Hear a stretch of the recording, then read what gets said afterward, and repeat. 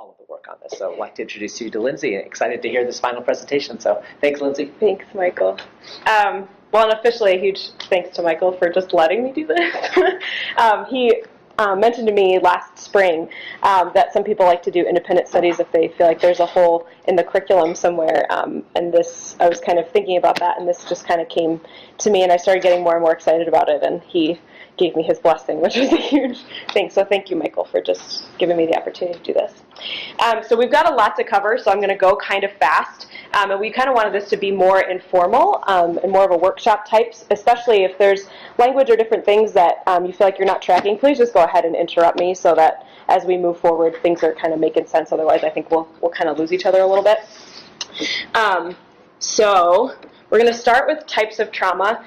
So this is actually an additional handout I gave to you. It should be in the additional 3, just so you can see it a little better because it is a little small. So I just kind of wanted to give us a broad kind of overview of types of trauma, just so we all had kind of the same language around it. I think the biggest categories here are particularly around developmental trauma and ongoing trauma. I think other types, I tried to give examples so that we'd all kind of be on the same page. I think other types of ongoing, you could talk poverty, long-term medical issues, or chronic illness would go under there too. I know we talk a lot about that in the health and wellness concentration. And that's a lot of where I'm going to be spending my time in terms of the theology piece. I think you could really piece this out more individually under the different types of trauma, but obviously in 10 weeks I just did not have the capacity to do that. So kind of in that middle section is where we're going to hang out today. I think I didn't put spiritual abuse on there specifically because I really think spiritual abuse could be kind of an all-encompassing thing. Really, any of these can have a spiritual component if that was a part of the person who was perpetrating the abuse or something like that, or if it was happening in the church context. So really, any of these could be comorbid with spiritual abuse. And another big thing we talked about was systemic, which I kind of put it in the same category as insidious. I think insidious is the language you see more in the literature, but those are, kind of two sides of the same coin as well, just so we're all kind of on the same page. So one of the books I read for this was called Healing Developmental Trauma. And if you guys are really into childhood trauma or developmental trauma, this is a really interesting book, and I just wanted to kind of go over it specifically, especially because when you talk about developmental trauma, often we talk about it in terms of what I would call violent trauma. I mean, if you think of the different categories that they talk about in the ACEs study, household dysfunction, neglect, and then abuse, we spend a lot of time in household dysfunction and abuse, and not so much in the neglect piece. And so that's why I really like this book, because I think it really gets in that niche of types of trauma that children can experience that aren't necessarily violent, but it's more an emotional neglect, and they really tease that out quite nicely in this book. And so what they assert is that this is a combination of psychodynamic psychotherapies, attachment theory, somatic experiencing, gestalt therapy, cognitive therapy, esoteric approaches, and neuroscience. Yeah, so it's a big model, and kind of their basic premise is that we often do trauma treatment in terms of cognitive therapies, which is a very top-down approach, right? So we're really focusing on cognitions and feelings, and a lot of this stuff that happens in the neocortex, right? So it's literally top-down. But then we've seen the emergence of these more somatic therapies that really deal with the body, getting into kind of the neurology part of it, which deals a lot more with the brainstem and our fight or flight response, and then moves up. And actually one of the authors of this book was the guy who created somatic experiencing therapy, Lawrence Heller, so he incorporates a lot of that into his model. And so their assertion is that you really need to be doing both of these approaches at the same time because they do very different work. And that a lot of cognitive therapies that start in the neocortex kind of fall short because they're not dealing with what is happening physiologically within the body when we're kind of re-experiencing our trauma in that way. So these are the 5 kind of core needs they've asserted, and they kind of start at the top connection is like 0 to 6 months, and then they kind of go up as traditional developmental models do. And so you can see a lot of overlap with these and other models that were given, that we all got like in Psych 101. And so these are the core needs and then the associated core capacities, and when these children learn these maladaptively, they're called survival styles in this model. So obviously you can read those, I won't need to read them out loud, but I really like how they just really nuance this neglect piece again. So next we go to identity, and just on a real basic level, we know that trauma affects identity. And obviously when, if you experience trauma as a child, that you learn maladaptive ways of who you are and how you engage with the world, and all your core skills and stuff like that are really affected from a young age. But even as an adult, a lot of the trauma recovery process is, who am I now in light of how this has happened? Who am I? How do I interact with the world around me? How do I interact with other people now in light of what I've experienced, and what does that mean in terms of who I am? And so we'll get more into that later in the interventions piece, but this kind of underlying idea of identity, right, and that trauma fundamentally disrupts our identity is really huge. It's also huge in the spiritual model. So the second handout I gave you is a model of spiritual development. And this was actually created by one of my faculty sponsors at the seminary, Chuck DeGroat, based off the work of Richard Rohr, who is a Franciscan monk, I believe, has done a lot of work about spiritual journeying and that kind of a thing. And so, again, you can kind of read those. There's 4 primary stages, but really the point I wanted to highlight on that model is that the end is all about union with Christ, and in a lot of the theological literature and things like that, that's what we talk about the end goal being, and we'll kind of tease that out a little bit more in a minute, but that's really, it's kind of a dying to self, right, and then a raising again with Christ, and that you hear a lot of the early church fathers talk about this true self versus false self. This is really present in Thomas Merton's literature. And so that's kind of that same idea, right? It's a different language, but they're all kind of circling this same premise that when we are united with Christ, that it is the fullest picture of ourselves. We're able to function fully in how we were intended and created by God. So that's what I mean when we talk about union with Christ, which is the last stage in that model.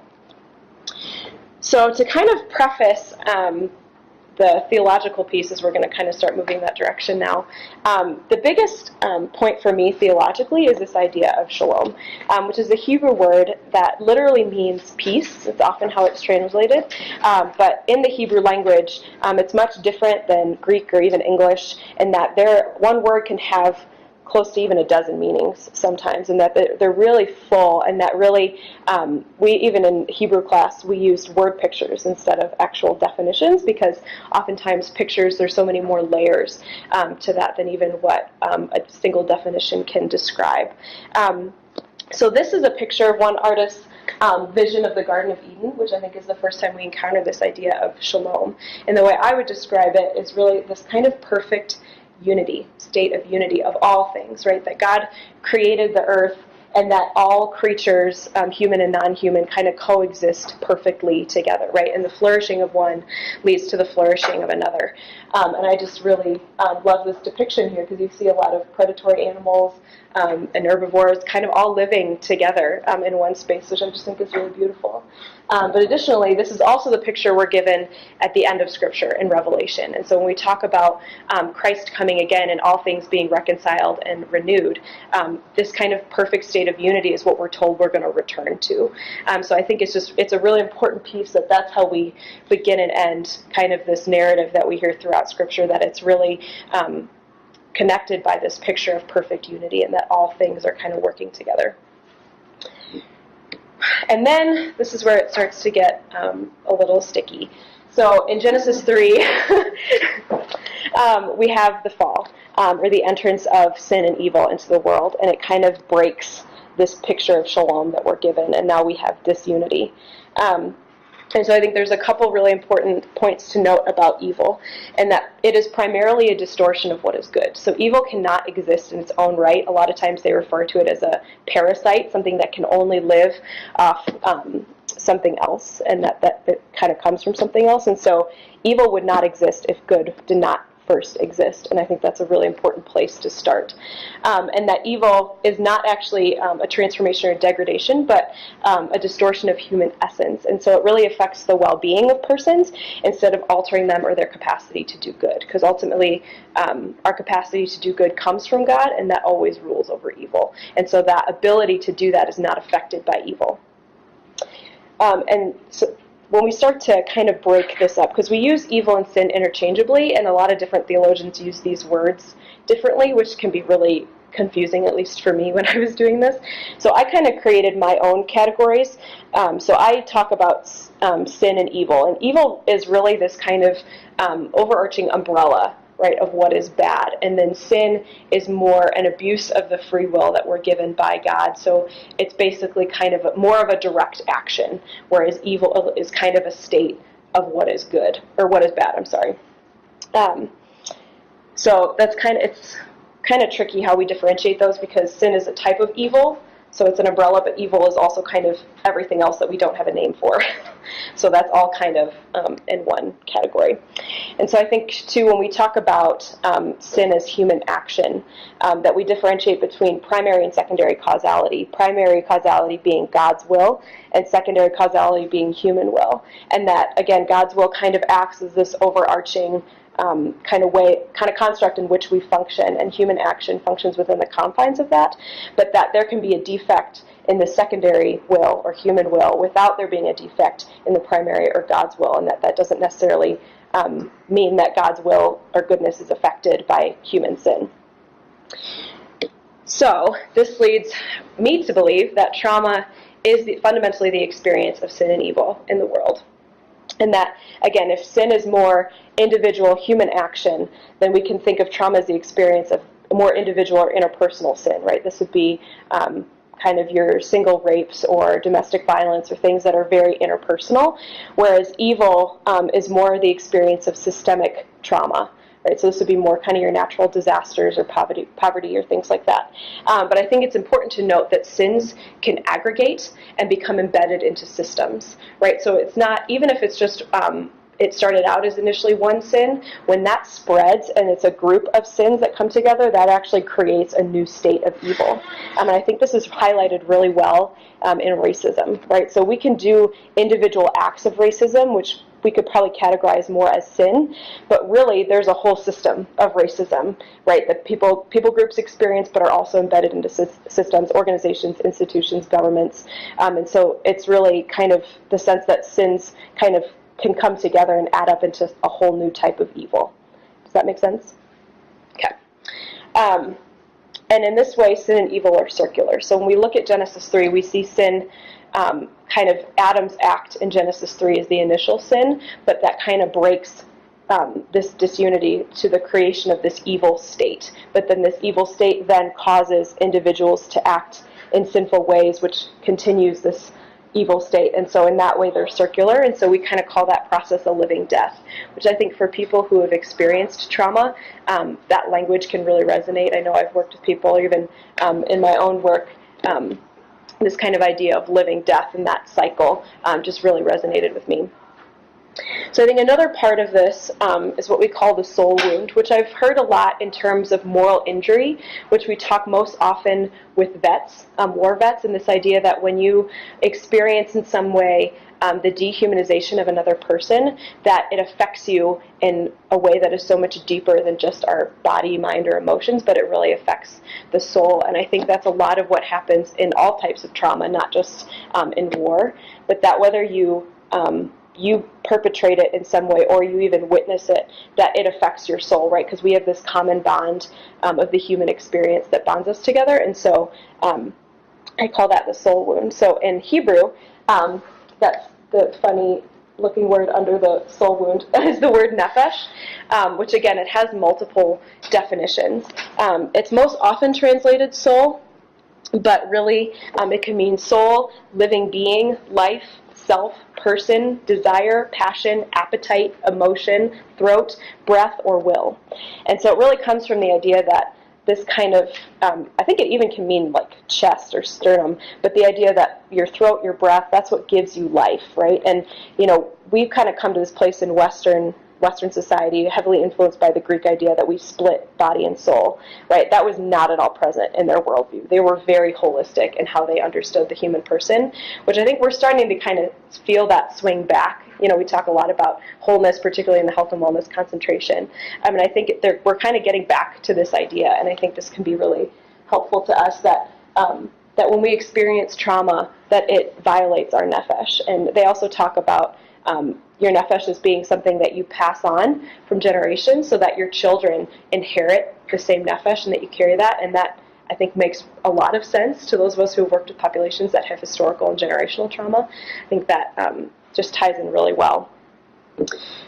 So now we kind of get in to the providence of God. And so, again, when we were talking a couple moments ago about primary and secondary causality, this overlaps a lot with how God interacts with human action. And so there's kind of 4 areas we say that God does that, and it's through permission, hindrance, overruling, and limiting. So again, if we think of God as kind of this umbrella, overarching kind of construct, and then human will can function within the constraints of that. So I think when you look at it that way, it kind of brings us to 3 options.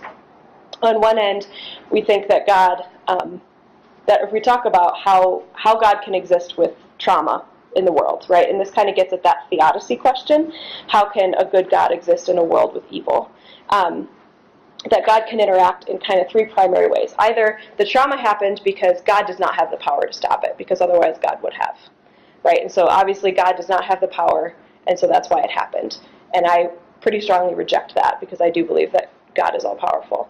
And then on the other end, we think, well, if it happened, that must mean God would have willed it, because otherwise God would have stopped it, right? And I also reject that, because I don't think that God wants for God's creation to experience trauma in any way. So I think that kind of leads us to a middle ground, that God does have the power, but that God does not, how do I say this correctly, that God has the power, but God chooses not to intervene. But that does not mean that because God allows it to happen, that God wills it for it to happen. I think those are 2 very distinct points, and it's really necessary to differentiate those.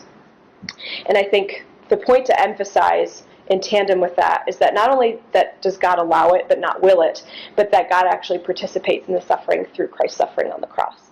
And that when we talk about God interacting with the world, or God interacting with human action, we often think of it as God is kind of up here in this puppeteer, right? And then we want God to intervene, and so God kind of breaks in at certain points. And that's actually fundamentally kind of upside down, because God is not up here and separate from the created world, but God created it and actually dwells in it, right? We talk about God being all present, and that God is actually in all things, and that God may choose to come up and manifest in certain ways, but God is never separate.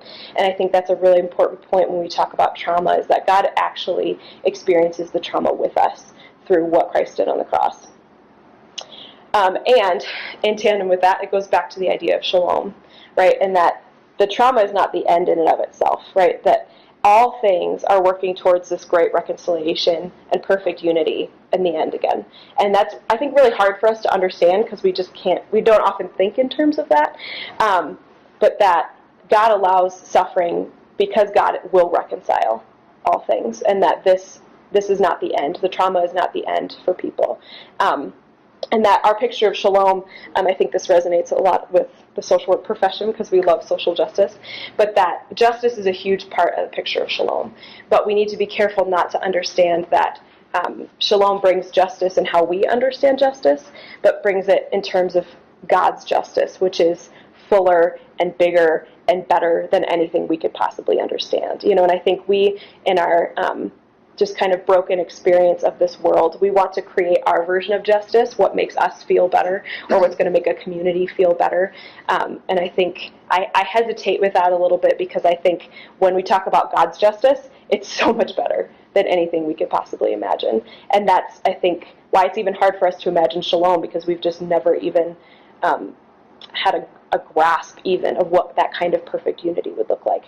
So I think when we talk about God allowing evil, it has to be coupled with this idea that God will reconcile all things, and that everything will be renewed in a way more full than we could ever understand.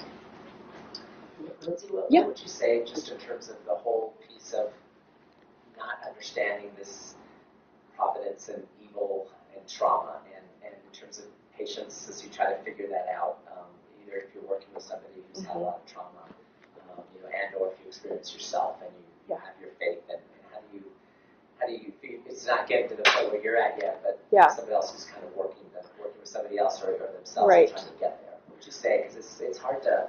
It's really hard. It's really hard, and obviously Michael and I struggle with this quite a bit, just meeting about it. I think, first of all, we don't understand this, and we won't ever. And I think we just need to be really plain about that. I mean, we can kind of assign categories or words or ideas around how we think this might go, but really we have no idea. So this is kind of my feeble attempt to understand, but I think the biggest piece for me is that God is with you in your suffering fully. and can be present to you in ways in suffering that God isn't present in other ways at other times in our life. And I think I know I've experienced this in my own life and talked to other people amidst their suffering, and that they can actually often feel God in very tangible ways. If they can get there, that can be really difficult for people, and we'll talk about some interventions to hopefully facilitate that process. But that's what I would emphasize, is that God is present to you and God is suffering with you. And I think I've experienced that in specific points in my life where I've actually felt God suffering with me and being very present to me in those moments. So that's what I would kind of do loosely. But again, it kind of depends on where they are in their process and what they need. I mean, part of what we talked about in this, and we kind of talked about this in our session, is I have another professor at the seminary who has a terminal cancer. And he's an intellectual, right? He's a 5 on the Enneagram, so he's all up in his head. And he said, I don't need a God who suffers with me. I need a God who has power over this. I need to know that somebody's got this, and that we're all not just kind of hanging out and just waiting for this to end. I need to know that someone's in charge of this. And so I think, again, that's a very different need. That would not be the place I would go to, and I think maybe not a place a lot of people would go to. But some people need that kind of reassurance, to know somebody's bigger than this, bigger than my pain, and bigger than my suffering, bigger than my cancer or my trauma or whatever it is. So I think that's kind of the other side of it too. So it kind of depends on what they need. Well, and I want to let you finish, and I'm glad you asked that, because a similar sort of query was coming up with me, and I think what it is that sense that what you say makes sense for either, like, somebody who's sort of on the high-flying disc, as I call it. But, and this, yeah. Right, yes, yep. And I think that what we're kind of all being sensitive to is that idea that if you grew up in brokenness and or never just were turned on by, for whatever reason, this notion of even unity, that there's like this gap between what you're saying and believing and may well be the gospel, so to speak, but rather that. So I think the interventions will help us think about what you're talking about. Hopefully. Down the road, we can have a study group for the rest of time on this. Yeah. Well, and this was the point that Michael and I struggled with the most. I mean, this is a big pill to swallow. Yeah. And depending on your theological orientation, you might think this is, this might be on the totally opposite side of the spectrum for you. So this is, I'm coming from a Reformed perspective. We were heavily influenced by John Calvin, and God's providence is a big part of our theology. So this is very specific to the way I was trained. So keep that in mind, too, that for people who have different theological orientations, this intersection particularly is going to look very different. And that's just a different way of looking at it. Yeah. So, but it is, and this is not something I would ever say to somebody who is actively suffering. Yeah, it is not. This is a bingo. Yes. Now, I got to the point, I think, in my own trauma work that I started to work through this, right? But that was me, and that's what I needed. I think that 99% of the population isn't going to need to have this conversation in some way. They just won't. It's just helpful for me. Well, the 5 of us who are here. Yeah. Yeah. Okay. Yeah. But actually, Kate, you kind of transitioned me perfectly. How do we use this? And I would say this is kind of how we talk about theoretical frameworks, theories for interventions. That's exactly how I see this, right? This is a theoretical framework in how we inform the practices that we use with people. So it is not something you necessarily have a conversation with somebody about. So I have several interventions, and I kind of split them into 2 categories, a micro category and a macro category. So we're going to start with the micro, and I think it's important in any of these, micro or macro, whenever you're doing trauma work. I love Judith Herman's triphasic model. It's kind of like the basic thing in trauma therapy, and she kind of helped create this subdiscipline of trauma in the early to mid-90s. So her work is really, I think, crucial, and to keep that framework in mind in any intervention you're doing is really crucial. So just as a quick refresher, there's 3 stages: safety, remembrance, and mourning, and reconnection. So safety is exactly what it sounds like, and it's just creating an environment that is stable for the person so that they can begin to just start the process of recuperating, but that is not a time to do any direct trauma work, that it's just stabilizing the environment, the person themselves, and getting them in a place where they are safe enough to begin to do direct trauma work. The second phase is more direct, a remembrance of mourning, in that you transform the traumatic memory and you're mourning the traumatic loss. So it's doing more of that direct work. And then the third is reconnection, which is, again, I think a lot of where the identity piece comes back in, where it's, again, who am I now? How do I want to function? How do I want to incorporate what's happened to me into my story in order to be able to move forward? And actually, Herman had a really great quote, which I thought was interesting. She said, it is understandable for both patient and therapist to wish for a magic transformation, a purging of the evil of trauma. Psychotherapy, however, does not get rid of the trauma. The goal of recounting the trauma story is integration, not exorcism.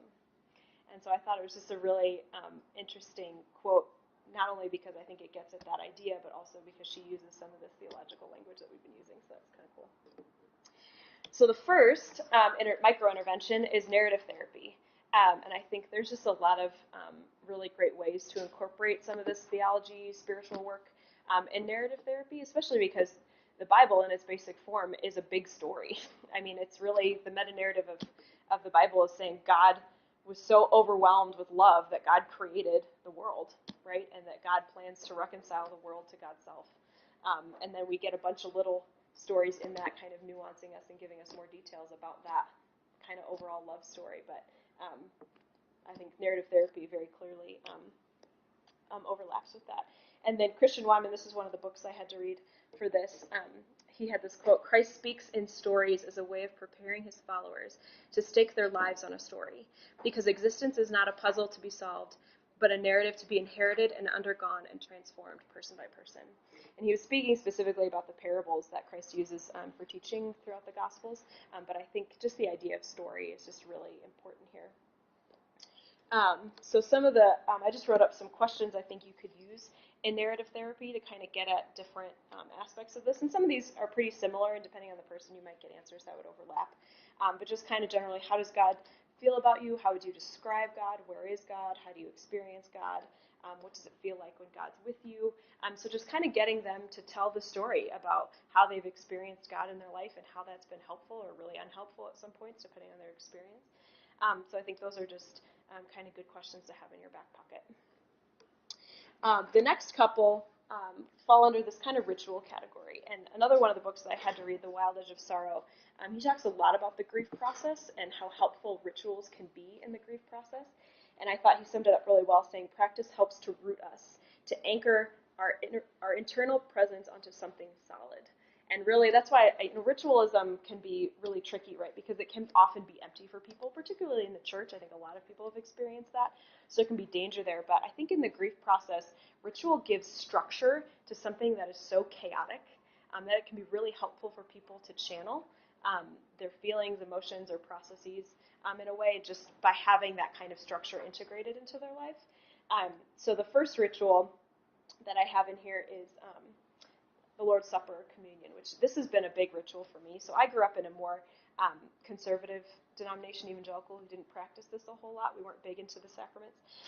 But having to be in a place where I am every week kind of coming up and participating in the ritual has been really transformative to me, just to have that kind of structure. And it's like, regardless of how I'm feeling that day or what's going on or whatever shame I might be dealing with, it's the fact that, wow, God is really present to me tangibly. I mean, and we really believe that Christ is present physically in the elements through the power of the Holy Spirit. And so the fact that I get to come up every week and experience the presence of Christ through the bread and the wine, I think is just really, really powerful. And so when we talk about the Lord's Supper, there are kind of these 5 categories that we say are present: remembrance, communion, hope, thanksgiving, and sacrifice. And so those are all, depending on how much somebody wants to talk about or integrate this practice into their lives, you can kind of get into these kind of subcategories of what's really going on when we participate in communion.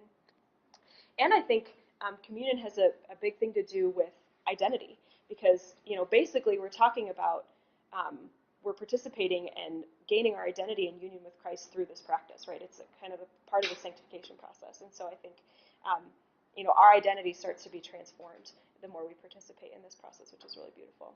And I like this too because it is a micro-intervention, but in a way it's also a meso-intervention, because we're very careful, at least in my tradition, that you always do communion within the context of a community. Obviously, if you have someone who's sick or some, is at home and unable to come, that's obviously a different story. People can come and serve them individually.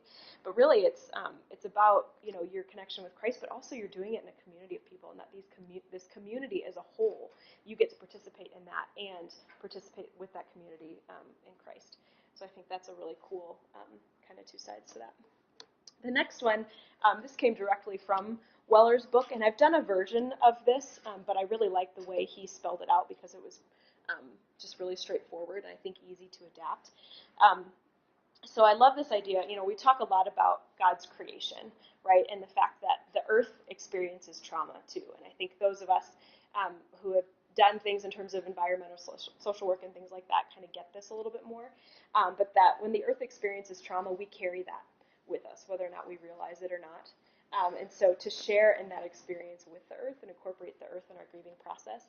And again, he had this quote say, "You are never fully alone. You come to feel the loving pulse of the earth surrounding you." And I just thought that was really powerful. So kind of how he describes this is you dig an opening, and then you say words of gratitude for the earth for receiving your grief, and then you give some kind of offering. He said traditionally they use tobacco or ash, but you can obviously substitute whatever feels good to you, and then you can lay on your belly and just speak with the earth or scream or cry or whatever you need to do, and it's kind of a bonding and a sharing, right, within other parts of God's creation. I think this is really important. I know we've talked a lot about nature deficit disorder, and that doesn't get a lot of screen time, but I think especially in our culture that is so, I know. In our culture, we spend so much time inside and with our technology, and we're missing this fundamental connection that we have with the rest of creation. And so I love that this intervention really gets at that, and I think gets at that soul piece, right, that's something we share with the other parts of God's created order. So now we're going to get into macro interventions. So the first one is trauma-informed care for churches, which basically trauma-informed care is engaging people with histories of trauma that recognize the presence of trauma symptoms and acknowledges the role that trauma has played in their own lives. So I like to summarize it by saying, if someone with a trauma history were to walk into this place, this process, this organization, how would they experience it? And I think that's a big thing that churches need to take into account, because not only just their buildings, but how they structure their services and things. I mean, there are a lot of things that can be really activating for people with trauma history in churches. And for anybody who's ever been burned by the church, we all know that feeling all too well, unfortunately. So I think just how do we incorporate that framework into how we structure the church overall? I think part of that would require expanded seminary education. So unfortunately, pastoral care is a really small part of seminary education. Most seminaries don't even require it. And if they offer it as an elective, it has some of the lowest enrollment rates of any class that's offered, which is, in my opinion, really pathetic. So I think this, not only do we need to require pastoral care as a basic part of seminary education, but this needs to be a part of it, that we need to recognize that. I mean, even when we just look at the ACE study, right, 70% of people have experienced some kind of childhood trauma. You're talking 3/4 of your congregation here. I mean, that's just, you can't ignore that, in my opinion. And then not only teaching them about it, but teaching them how to train their leadership teams so that it's not only on them to be incorporating this into the structure of the church, but that they have a whole team that really understand this process. The next one is kind of under the umbrella of trauma-informed care, but it's kind of its own thing. This has been a big one for me, which is using gender-neutral language for God. Again, growing up in the conservative tradition, I got really burned by how we assigned really masculine attributes to God.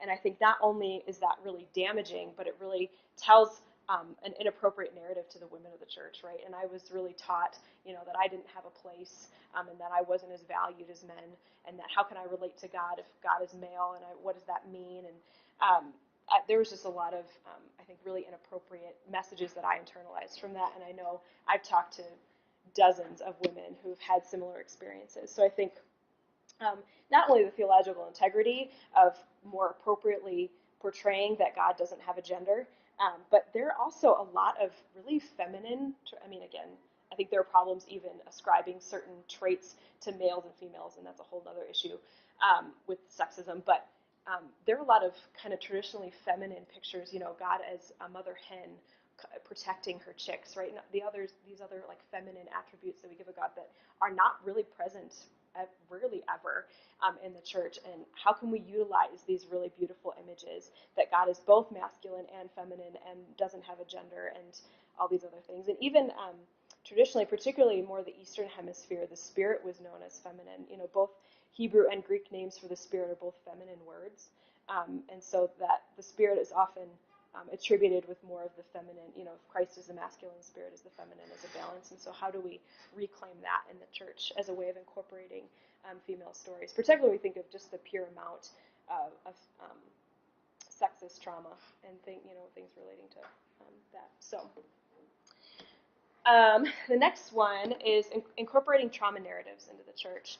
I think the easiest way to do that, particularly in my tradition, we have a part of the service called the Prayers of the People, where we just kind of name some of the realities, sometimes specifically about particular people in the congregation if they want corporate prayer, but also just generally talk about issues in the congregation and the community as a whole, and how do we incorporate the idea of these different types of trauma into that. And then obviously if there was someone in the congregation who was far enough along in their trauma recovery process that they would feel comfortable sharing their testimony, that can obviously be really, really powerful about how they experienced that, what was helpful, what was unhelpful, how God was present to them in their experience.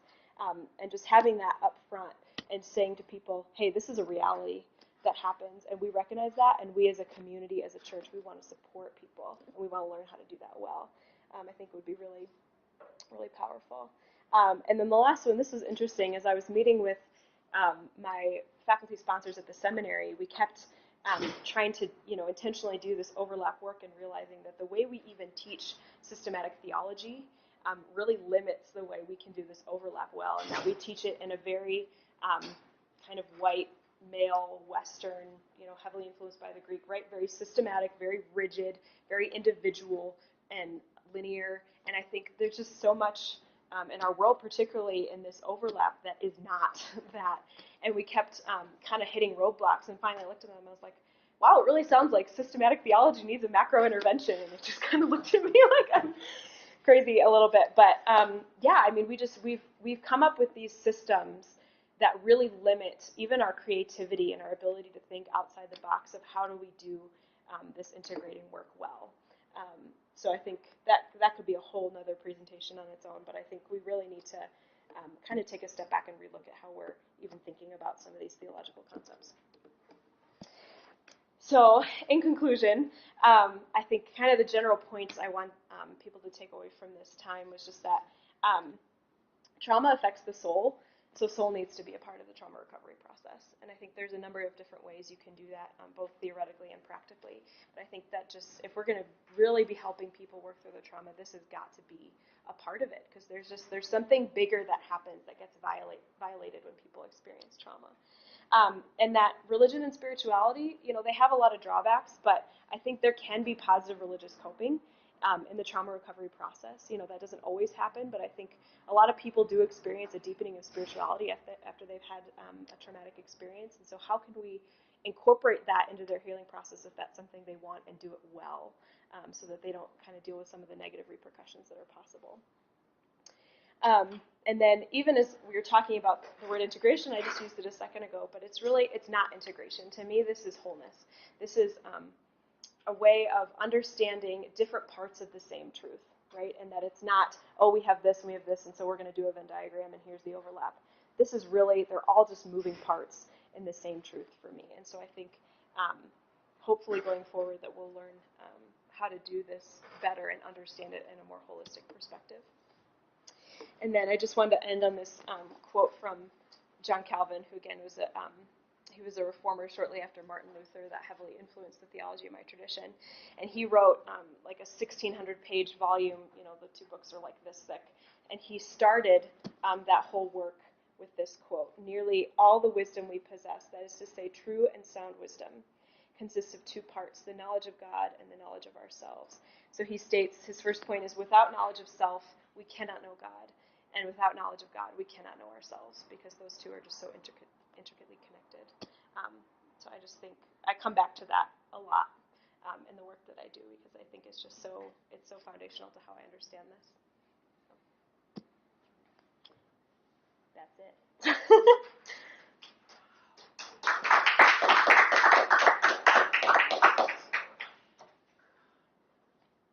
Any questions, thoughts? This is amazing. This is so cool. Thank you. Seriously. Thank you. I'm very glad you invited me to come. Lindsey, what would you say about, you and I talked about the fact that we came from different faith traditions. Mm-hmm. What would you say to somebody who doesn't really understand your faith tradition, and you and I had enough overlap that it Right. really meant something to both of us? So what would you say to somebody who says just a totally different faith tradition and it's maybe not necessarily connecting for them? Yeah, that's a good question. I mean, I think for me, the church can spend a lot of time splitting hairs on a lot of stuff that isn't necessarily that central. And I think for me, there are so many things we share in common. We have so much more in common than we do different. And I think working with anybody from a different faith tradition, not even Christianity, but I mean other major world religions, we have a lot in common. And how can we focus on those commonalities and the commonality of human experience and how we experience this kind of general right source that's just bigger than us? How can we focus on that as a way to understand each other's stories better and to do some of this work? Because I think, I kind of split hairs a little bit for me because that's what I needed to do for this project, but you don't necessarily need to do that. And I think you can really spend time focusing on what you have in common and what's been helpful in those common spaces to really facilitate that conversation more specifically. Does that get at what you were asking? Well, and I think in social work, I mean, we've had a lot of conversations over the years, me with colleagues like these guys who kind of get it, and with plenty of people who don't. And I find I'm very careful about who I share what with. Yes. And I think we do that also with our clients for good reason, and because we don't want to offend, and we don't want to presuppose, and we don't want to put our bias in all of it. But I do think if there's a way to tap into that bigger, what you're calling soul, I love that Hebrew word that you use, and that most people can identify something in their tradition. I mean, maybe not if you were an avowed atheist, but even then, many people have a connection to the environment or to the earth or to something else, a light source, whatever word, look at how amazingly successful AA is. Right? And the idea that whatever you call it, this higher power speaks to a lot of people regardless of tradition. So I just find this whole idea fascinating. Application to trauma. So. Yeah. So when last year I interned at the Institute for Life and Care, and they do a lot of the psychoeducational programming, and they do incorporate spirituality loosely. And they are more traditional. The people who work there are more Christian in their tradition, but part of what they do at the beginning of any group, particularly if they're going to be with each other for several weeks, is they kind of say, hey, let's name what your source is. Let's put some words around that. And a lot of people say nature. I mean, that's just a huge part, and that's why I really wanted to incorporate it as part of the intervention, is that that's what it's getting at, right? There's other life besides human life that we share experience with, and how can we tap into that as kind of this bigger picture? So yeah, absolutely. Well, and I can see that blending to other areas like the animal-assisted or just other creation-based kind of connections. The other thought that I had was, and I can't remember, you'll probably know this, but I can't remember the author, but the guy who wrote America's Four Gods. Oh. We talked about that. But no, I've heard of it, but I can't remember. He has this idea that, very much what you described, that some people feel God is sort of the overall benevolent, some people feel that God is distant and doesn't care. But I was thinking about in trauma and your connection to God, how you perceive of it, whether you have power or not, whether you are cared for or not, like whether it were a Christian God or a mother goddess or whomever in your home, just the sense of, is this world a safe place? Is this world a threatening place?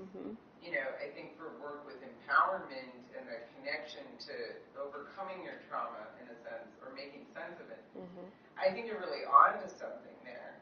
I mean, of course, you are kind of preaching to the choir today. Yes. And we all sort of think that, we feel that there's stuff, there's an essence that connects us all.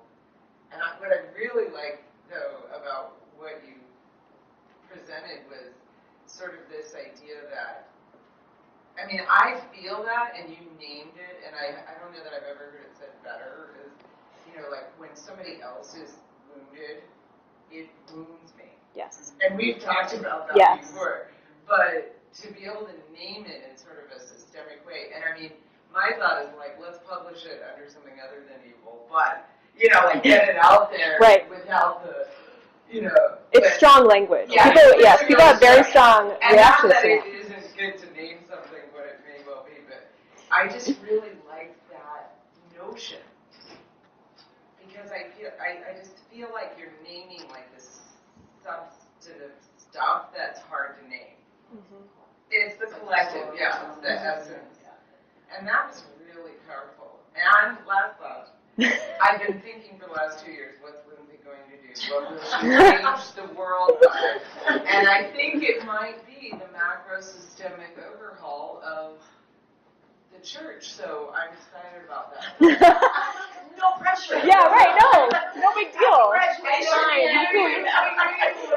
Oh my gosh. When you see She's working on her PhD in this, right? Oh. In a few years. Yeah, give me a break, Michael. Get a break. Thank you. Well, thanks for coming. Yeah. I'm glad you came, Taylor.